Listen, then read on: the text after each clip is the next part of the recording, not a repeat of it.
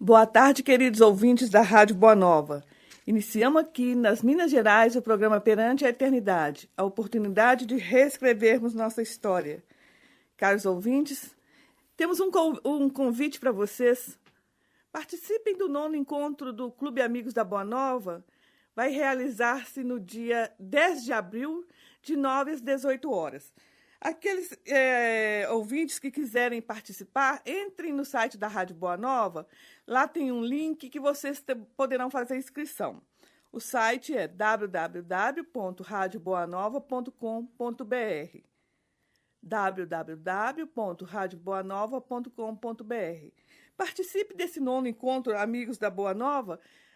Vão estar lá o pessoal que faz as programações, todo o cast da Boa Nova, e vocês vão fazer a diferença nesse encontro.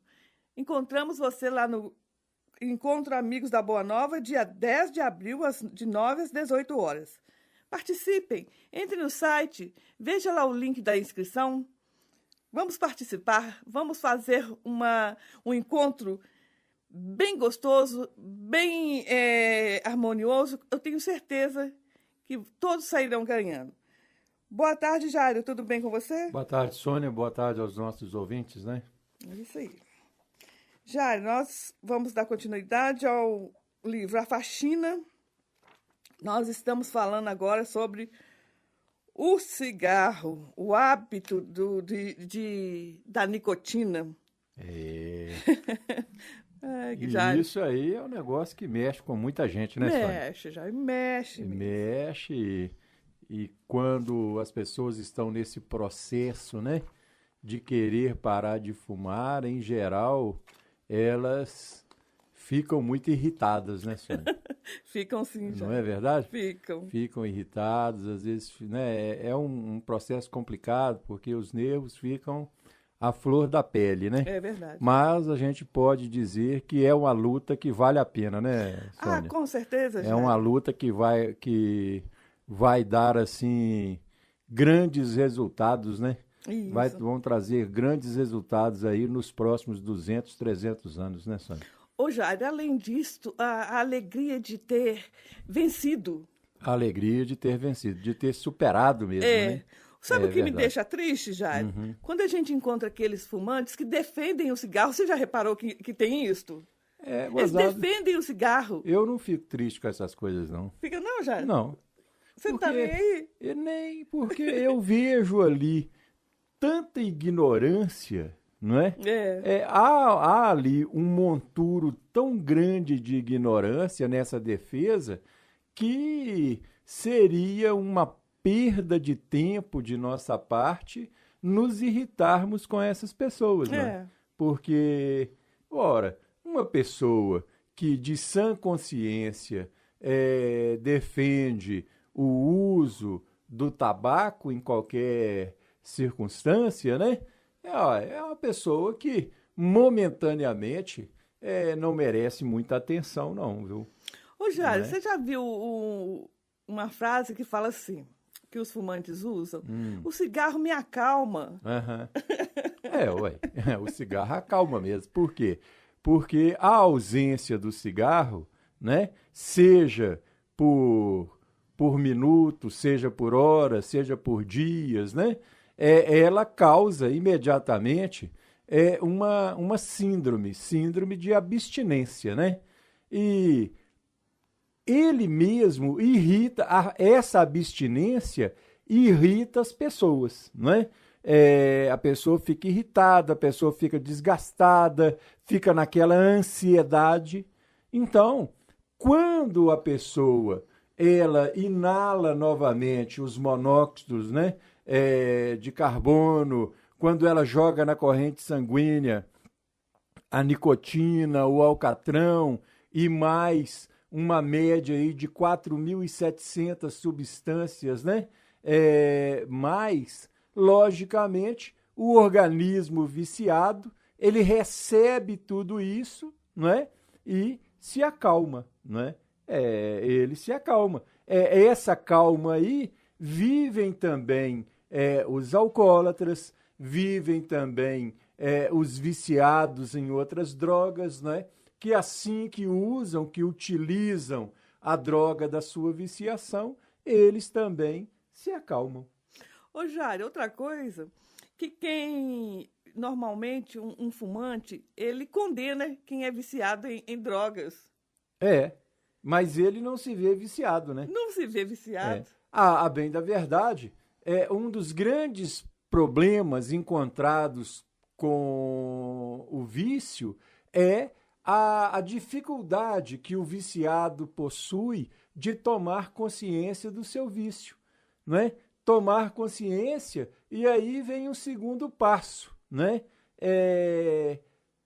Querer lutar contra ele, porque tem muitos que têm consciência do vício e já não mais, né, ainda não querem lutar contra ele. Agora, tem uns que tomam consciência e querem lutar e se colocam em luta, né? São passos complicados, são passos difíceis, mas passos que as pessoas, né, os nossos irmãos, companheiros, não devem adiar, né?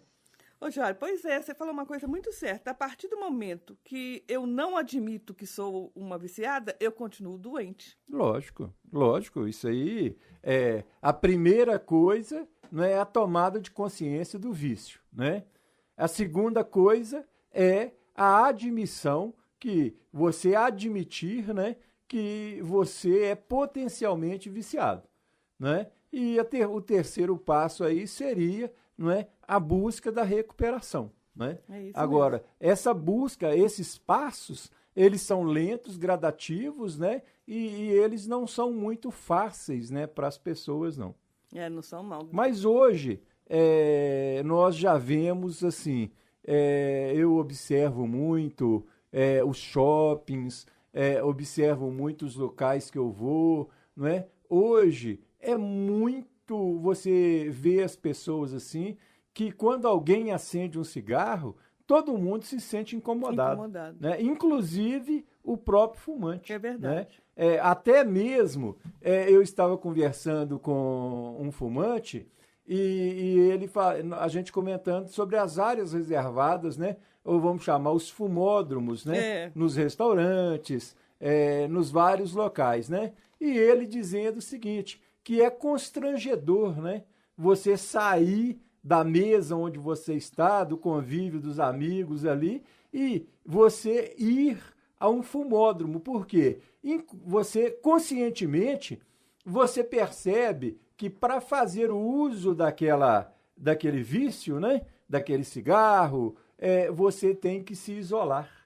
Ora, se você precisa de ir para um isolado para poder alimentar o seu vício, é sinal que o seu vício ele produz males coletivos, né? E você está aceitando, né, conviver com o mal individual. É isso não mesmo. É uma total falta de consciência, né? Jairo, aqui no capítulo 10 da faxina, onde trata da questão do Floriano, a Hortência, conversando com o Marcelo, fala que o Floriano ainda mantém consigo as sensações vividas nos últimos dias da experiência terrena, experimentando seguidamente as aflições e as constantes crises de falta de ar e a fraqueza motivada pela impotência física. Jário, olha só, nós falamos no programa anterior que o Floriano já tinha 30 anos de desencarnado, mais um tempo que ele ficou assim, quase que inconsciente, né, numa região problemática. Ele quase 50 anos, vamos colocar nessa luta. E ele ainda tinha dificuldade, Jário, de vencer o vício. Ainda tinha dificuldade de vencer o vício. E considerando que ele já vinha sendo trabalhado, né, há décadas, né, no mundo espiritual. Agora, temos que considerar também que no caso de uma reencarnação, dificilmente a individualidade Floriano irá escapar de entrar na vida física sem carregar consigo alguns problemas respiratórios. Isso aí. Ô, Jairo, eu já vi também pessoas com 90 anos, 80 anos que fumam e falam que o cigarro não deu problema para ele, não. Pois é, ué. Não deu ainda, né? Não deu ainda, né? É uma pena, porque, em geral, são pessoas que às vezes até vêm com curativos assim grandes e profundos, não é? Para tentarem lidar com essa questão e não conseguem, né? E a ignorância ainda faz com que eles se ufanem, né? De não sentir os problemas. Ora, não tem como que estes males, não é, fiquem, vamos dizer assim, imunes e impunes, né? Isso mesmo. Nas reações normais nos processos perispirituais, né? Ô, Jair, na reunião nossa lá do Grupo Espírita Luz Divina, na terça-feira, a gente comentava sobre isso. A pessoa reencarna e já vem com uma história já de vícios, ela reencarna e nasce com uma bronquite. Uhum. Aí a bronquite dura até uns 7, até no máximo uns 10 anos. Isso. Ela já veio com essa bronquite para poder fazer uma limpeza causada pelo vício. E também um sinal de alerta, né? Isso. Mas aí sabe o que acontece? Quando chega na fase adulta, a pessoa volta com o vício. Uhum. Ela já sofreu o alerta, já passou pelas dores físicas, mas volta para o vício. Aí, numa outra encarnação, vai ser mais grave a situação dela, né? Sem dúvida, né? Aí Isso aí vai agravando cada vez mais. Porque, primeiro, são oportunidades perdidas. E de imediato também, a preocupação não seria nem a próxima reencarnação, né? De imediato, a preocupação básica é o reingresso, né, dessa individualidade no mundo espiritual. É isso mesmo. Não é? Ô, Jairo, por isso que o Marcelo Rios, nas páginas anteriores, ele fala assim: agradeço meu pai e minha mãe pela luta que eles tiveram para eu não entrar nesse vício. Para não entrar nesse campo, né? Nesse campo. Eu vejo com muita tristeza, né, pais que muitas vezes fumam na frente dos seus filhos, né? Quer dizer, fumam já é um desastre, né? Agora, principalmente aqueles que fumam na frente dos seus filhos, aqueles que fumam no interior do lar, né? E que faz com que o lar seja todo ele um fumante passivo, né? Também causando prejuízos àquelas outras pessoas. Eu tenho uma amiga que hoje tem sérios problemas pulmonares, né? E sem nunca ter realmente fumado.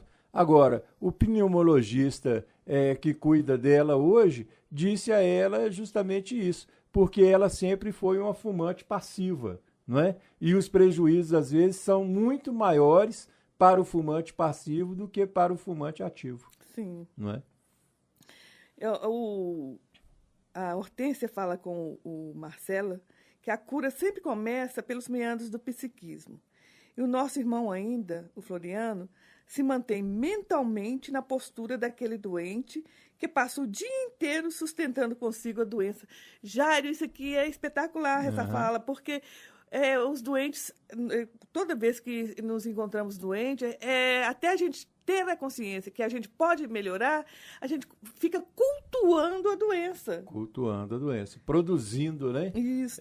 Produzindo mais doença. Nós observamos também, dentro dessa questão, existem várias pessoas que elas necessitam, não é, da doença para que chamem a atenção sobre si. Sim. Entenderam? Sim. Na realidade, isso aí, nós vemos uma gama imensa de pessoas que poderiam ficar livres imediatamente das suas doenças, principalmente das suas dores, das suas desarticulações físicas, não é? Mas não conseguem. Por quê? Porque aquela doença é como até mesmo um mecanismo de defesa, não é? Por quê? Para que ele possa ou chamar a atenção das pessoas sobre si, ou para que ele possa se esconder ali, não é? É interessante. Eu tive um amigo, hoje já no mundo espiritual, e Olha, durante toda a vida que eu o conheci, eu só o vi trabalhar assim, olha, eu calculo que ele deve ter trabalhado, somando todas as horas de trabalho, ele deve ter trabalhado no máximo uns 2 anos de uma longa e extensa vida de 50 e poucos anos, certo? E todo dia, né, quando ele trabalhou, todo dia ele estava no médico, todo dia ele estava com um problema e todo dia ele estava correndo atrás de atestado para não trabalhar, sabe? Uma pessoa, assim, como pessoa, sensacional, né? Como pessoa, sensacional. Mas ele tinha uma diferença com o trabalho, sabe? Ele tinha, né? E ele, para que ele não trabalhasse, ele somatizava, né? E a gente acreditava que ele sentia as coisas que ele falava mesmo. Por quê? Porque ele somatizava. Agora, quando ele parou de trabalhar, não é? Ele continuou a somatizar, assim, já mais leve. Mas alguém falava com ele assim, ó, fulano, tem uma vaga em tal lugar. Ele adoecia outra vez. Aí ele ficava... aí ele adoecia e ficava ruim, sabe? E...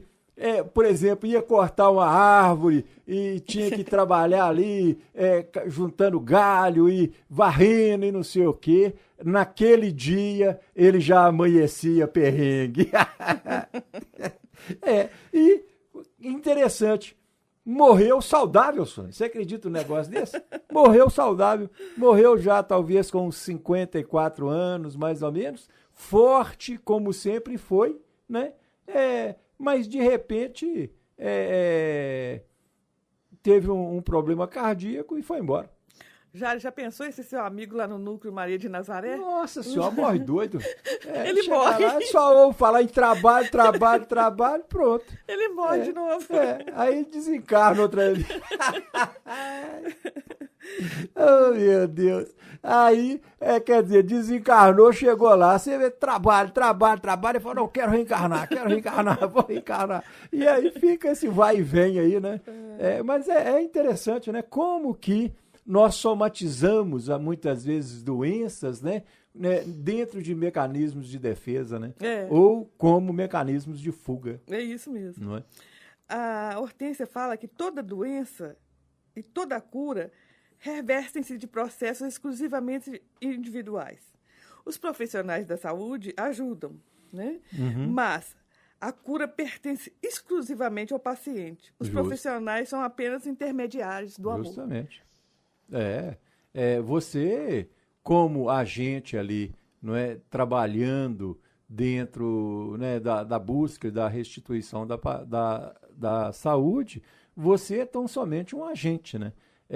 Se não houver a disposição da pessoa em tratamento, nada feito, né? Um dos grandes, né, problemas que eu vejo na medicina é justamente isso. O médico pode ser o mais capaz possível, cursos, isso e aquilo, pode ter um receituário ótimo, moderno, avançado e ter um entendimento profundo, né, da patologia. Mas se o doente, se aquela pessoa não se dispuser ao processo de cura, ela não vai se curar. E é interessante, é fácil descobrir essas pessoas, sabe? Por quê? Essas pessoas, em geral, elas nunca se fixam com o médico. Elas vivem igual o beduíno pelos consultórios, né? Elas vão num especialista, vão no outro, e aí começam a tomar um remédio, para de tudo e vai no outro, e aí começa a tomar outro remédio e vai, e elas ficam atrás de receita e atrás de remédio. Elas não atrás de médico, receita e remédio, não é? Elas não estão atrás da cura propriamente dita, não é? Ô, Jairo, isso aí é sério mesmo, porque a gente convive com isso. Veja Sim. só, um integrante da nossa família tinha problema sério com diabetes, essas coisas todas. E fazia o tratamento médico, ia ao médico todo mês e nada, a coisa não melhorava. Uhum. A médica desistiu. Sim. A médica desistiu, porque ela falou assim, olha, eu já fiz tudo chamou familiares, já fiz tudo que eu posso. Mas a paciente não colabora com as minhas instruções. Sim. Não posso fazer mais nada. O que eu vou fazer? Não tem. Então, nós estamos nos boicotando, né, Jair? É frustrante pro profissional, não é? Hoje, por exemplo, não é? Muito poucos profissionais querem trabalhar na questão das drogas. Por quê? Porque, em geral, não existe uma contrapartida do viciado. Não é? Ele vai, muitas vezes, forçado pela família, forçado, né, por um agente aqui, por outro ali, e ele vai. Mas o médico, então, faz as prescrições e tudo, e ali a única coisa que ele faz é boicotar o tratamento. Né? E vai boicotando, e o tratamento não surte efeito. E o profissional que está cuidando dessa pessoa, ela não se sente realizado, né? Porque nos processos de que a gente intervém e tudo, a realização, ao contrário de muita gente pensa, a realização ela não está na remuneração recebida. A realização está nos objetivos alcançados. É isso mesmo. Não é? Vamos fazer um pequeno intervalo e voltamos já já. Mas antes, eu quero deixar para vocês aqui o telefone da Rádio Boa Nova para aqueles que quiserem informações sobre o 9º encontro, né, dos Amigos da Boa Nova. O telefone é 0800 97 95011. 0800 97 95011. Ligue lá, peça mais informações. Voltamos já já. Estamos de volta com o programa Perante a Eternidade. Queremos deixar aqui para os ouvintes o site da Editora Itapuã, é www.itapuãeditora.com.br, www.itapuãeditora.com.br. E aqueles que quiserem conhecer nosso blog, é só acrescentar /blog. E os ouvintes que quiserem conversar com a gente depois do programa, é só entrar no MSN. O endereço é programaperanteaeternidade@hotmail.com. programaperanteaeternidade@hotmail.com. Queridos ouvintes, não vamos esquecer de fazer a inscrição para o 9º Encontro Amigos da Boa Nova. Jairo, no bloco anterior, nós falávamos sobre esse boicote que nós fazemos a nós mesmos em questão da nossa saúde. Um outro fato interessante é aqueles que têm em casa diabéticos ou pessoas que têm algum problema que tenha restrições alimentares. A gente age da seguinte forma. Hoje eu vou comer só um pouquinho dessa sobremesa, vamos usar como exemplo, só um pouquinho dessa sobremesa. Aí só que no outro dia, a sobremesa já é outra diferente. Justamente. Aí a gente já... vou provar só um pouquinho. E aí vamos nos boicotando e entupindo de remédio, porque a consciência nos cobra, né? E, nesse caso que eu falava anteriormente sobre um dos familiares, a pessoa comia e, por conta própria, ela aumentava a dose de insulina. Né? E vira um círculo vicioso, porque é questão também de não ter consciência ainda da doença, né, Jairo? Justo. O diabetes, não é? Nós entendemos que é a doença da disciplina, não é? O companheiro que lida com o diabetes, ele é um companheiro que, tomando consciência, né, desta patologia, ele precisa, mais do que remédio, mais do que a frequência normal, não é? Ao seu médico, né? Ele precisa mais do que os cuidados que são naturais no dia a dia, não é? Ele precisa exercitar diariamente a disciplina. Não só a disciplina, mas ele tem que exercitar diariamente a força de vontade, não é? Ou seja, ele tem que abrir mão, não é, de muitas coisas em função da saúde, não é? Nesse caso, fora alguns níveis de diabetes que muitas vezes, né, os profissionais aí da medicina realmente têm dificuldades e tudo, mas na grande maioria dos casos, não é, quando o doente coloca a sua boa vontade, a sua força de vontade e a disciplina no processo do tratamento, dificilmente esta pessoa não encontrará êxito. Não é? Dificilmente ela não encontrará êxito. Então, temos que ter disciplina, né? Nós temos que ter disciplina, temos que trabalhar, porque isso ajuda demais o profissional da medicina, não é? A encontrar o caminho, né, que seja mais viável para aquele paciente. Ô, Jair, então uma boa coisa é perguntar por que aquela doença em minha vida, né? Justamente. O diabetes, não é? Ele traz uma lição, ele traz embutida em si uma lição muito grande, não é? De austeridade consigo mesmo, né? De disciplina, não é? Não existe o mal, não é? Tudo é bom. Às vezes nós perdemos a batalha por brigarmos com aquilo que nós estamos vivendo, ao passo que se nós abrirmos o coração a um campo de aceitação e vermos que a partir daquele instante nós estamos lidando com determinadas limitações, não é? A partir daí as coisas se tornam bem mais fáceis. E nós temos que entender que a vida, não é, é o bem maior. E se a nossa vida, se a nossa experiência física, se ela passa a depender da nossa disciplina, da nossa boa vontade, nós temos que abraçar essa disciplina. Por quê? O que acontece? Muitos diabéticos vão retornar ao mundo espiritual e alguns vão retornar como suicidas. Não é? Por quê? Porque eles simplesmente avançar o sinal e, pior, avançar o sinal conscientemente, não é? Avançar o sinal conscientemente. Eles achavam que podiam ludibriar, né, a própria razão das coisas, não é? Ah, não, eu não quero. Eu já vi várias pessoas em consultório, já vi várias pessoas dizer assim, eu não quero nem saber. Eu como mesmo e se for para me morrer assim, eu prefiro morrer assim, porque assim eu estou mais feliz e isso e aquilo. Morro satisfeito, a frase é essa. Né? Assim, o que a gente percebe é que há uma inconsciência muito grande, né? Aliás, muito mais do que uma inconsciência, há uma rebeldia muito grande, não é?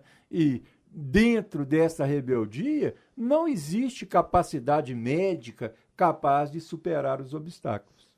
Por isso é importante tomar consciência que estar doente e trabalhar para a cura, né, Jair? A questão é a seguinte, será que o diabetes é uma doença ou será que o diabetes é uma cura?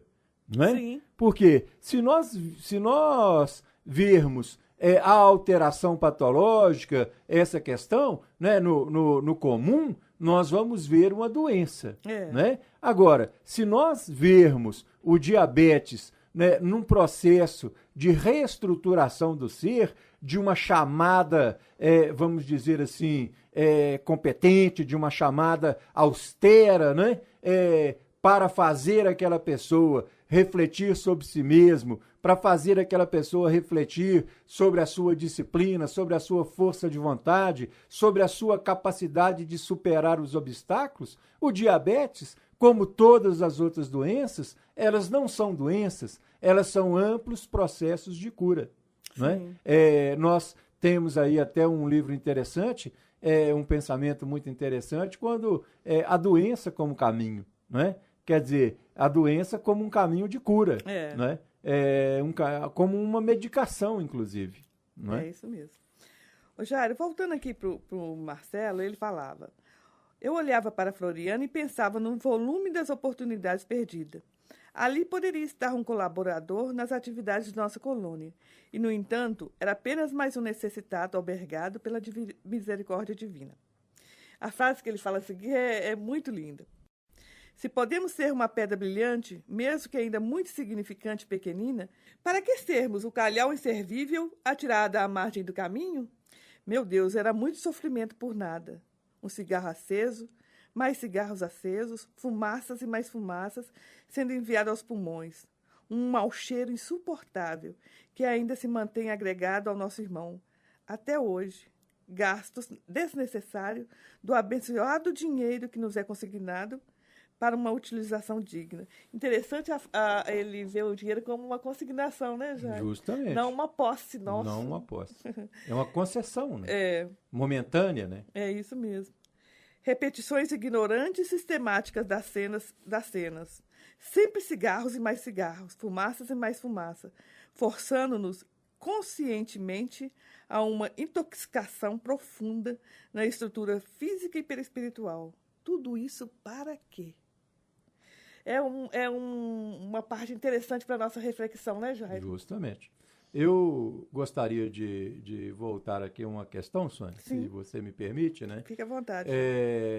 Falar agora um pouquinho para aqueles nossos irmãos que estão aí nos ouvindo, né? E são aqueles irmãos assíduos, a frequência da Boa Nova, né?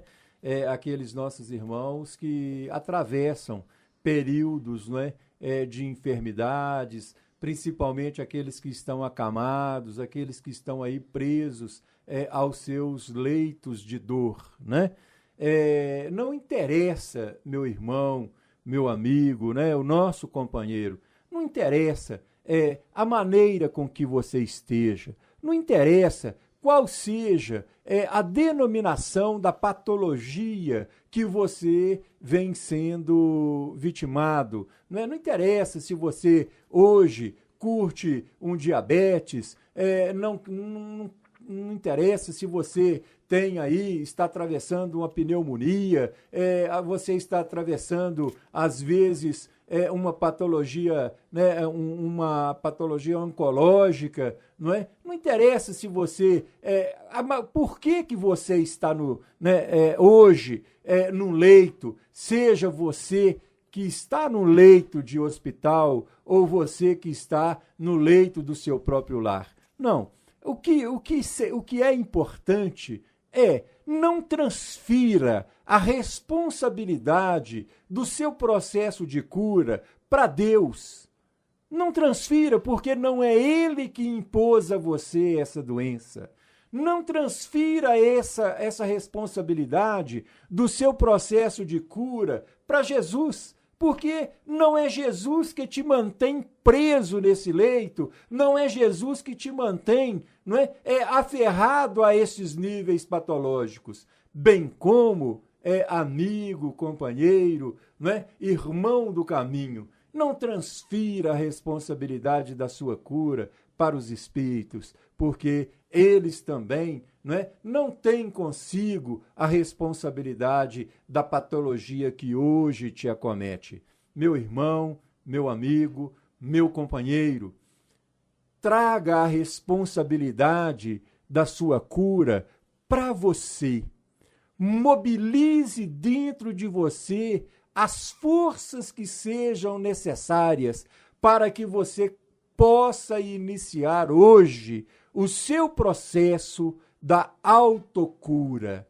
Ou seja, na medida em que você se disponha a se curar, na medida que você se disponha a se levantar, a retomar a sua normalidade, todos os componentes vão também trabalhar a seu benefício. As forças divinas, elas vão te cercar. As forças crísticas, os prepostos de Jesus, eles vão estar contigo. Os nossos amigos espirituais, as falanges de Sheila, de Adolfo Bezerra de Menezes, de tantos outros espíritos maravilhosos seguramente vão estar ao seu lado. Mas não esqueça, meu irmão e meu amigo, que o processo da cura, ele está em nós. Ele começa em nós e ele precisa ser mobilizado através de nós mesmos. Então, vamos começar hoje, ao invés de ficar reclamando da sua doença, ao invés de ficar queixando, reclamando da patologia que te acomete, não é? Muito mais pelo contrário, não é? Vamos minguar a rebeldia que existe dentro de nós e vamos aprender a ver esta doença como caminho. Vamos começar a refletir o quanto estes momentos que a vida nos colocou muitas vezes no leito, ou que a vida nos colocou muitas vezes sob o acicate das dores, vamos passar a refletir a importância desse momento para todos nós. E vamos passar também a refletir o quanto nós melhoramos, o quanto nós crescemos, o quanto nós avançamos e progredimos sobre o acicate desse processo patológico. Então, vamos mudar a nossa mente. Não vamos enxergar dentro desse processo patológico uma doença, mas vamos enxergar nesse processo patológico a própria autocura. Nós vamos enxergar que este processo, ele simplesmente está trabalhando em nós a cura espiritual. Ele está nos tornando pessoas melhores para enfrentarmos os embates do futuro. À medida em que nós formos secando o poço da rebeldia, à medida em que nós formos secando o poço das insatisfações, nós então começamos a orar e agradecer ao Senhor da vida todas as bênçãos que Ele nos concede, inclusive a bênção dos momentos das dores. E desta forma, meus irmãos, nossos amigos, companheiros, nós tranquilamente vamos iniciar esse processo da cura em nós. Mas não nos esqueçamos, não existe cura que venha de fora para dentro. Toda a cura, ela tem que ser mobilizada no interior do ser. Toda a cura se processa de dentro para fora. E a partir do momento que nós passamos a trabalhar esta endocura, não é? Todas as forças passam a conspirar ao nosso favor. Que Jesus, então, abençoe a todos os nossos amigos ouvintes da Rádio Boa Nova que nesses instantes estão lutando contra as suas ocorrências patológicas. Não é isso, Sônia? É isso mesmo. Ô, Jairo, um bom receituário é começarmos a nos amar, né? Justamente, não é? Para nos amarmos, nós temos que desfazer destas ondas de rebeldia, não é, Sônia? Sim, isso mesmo. Jairo, aqui o Marcelo fala que o Floriano, ele gastou um tempo imenso para ser cuidado, aquela coisa toda, né? E esse tempo ele poderia estar sendo usado para ele aprender mais, para ele caminhar com mais desenvoltura, né, no plano maior, mas ele ficou preso às questões do vício.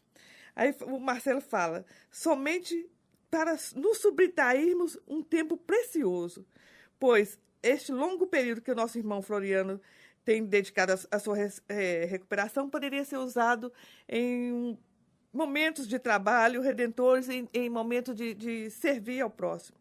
Por que trocar o mar das realizações pessoais, que nos gera crescimento e progresso, por um rio de lágrimas a nos trazer sofrimento e dor? Ou, ao optar por sorver uma fumaça fétida e desagradável e nos dizimar as entranhas, confesso, assentado na experiência que a misericórdia tem me permitido amealhar no trabalho bendito, que isso não vale a pena. Fumar para quê? Entretanto, vivemos o processo das escolhas, individualizadas no usufruto pleno do nosso livre-arbítrio. Não é bom esquecermos de que plantamos disso, nós mesmos colheremos. Né? Justamente. É da lei que a todos alcança, cumprindo de forma célere. E os seus ditames ninguém passa por desapercebido aos códigos impressos na própria consciência. Aí fala, lei de conservação. A responsabilidade é pessoal. Felizmente, tudo só depende exclusivamente de nós. De nós, justamente. Você, não é, que nos ouve e que está aí ligadinho, né, ligadinha, nas ondas da Boa Nova, nos dando a alegria da audiência, né? Se você ainda lida com o vício do cigarro, né, não se abata com estas coisas, porque quando nós trabalhamos esses temas, quando nós discutimos esses temas, não vai de nós nenhum intuito, não é de muitas vezes desanimar as pessoas, ou muitas vezes, né, às vezes as pessoas até se sentem para baixo, nossa, eu sou viciado em cigarro, isso e aquilo, nossa, né? Não, muito mais pelo contrário. Quando nós trazemos estes assuntos aqui nas ondas amigas, né, nas ondas graciosas da Boa Nova, é porque nós queremos justamente abrir junto ao público que nos ouve um amplo processo de reflexão. Então, não simplesmente, né, reflita sobre o seu vício, não é? Reflita sobre o cigarro e abrace essa necessidade de realmente parar de fumar. Não é isso, Sônia? É isso mesmo. Ô, Jário, queremos encerrar aqui o programa com uma frase do Marcelo que eu gostei muito. Mas já estamos encerrando, Já estamos encerrando. Já.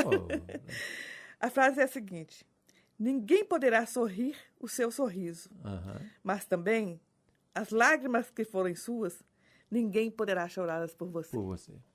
Uma boa tarde. São pessoais e intransferíveis. Isso. Né? Uma boa tarde a todos e até a próxima quinta-feira.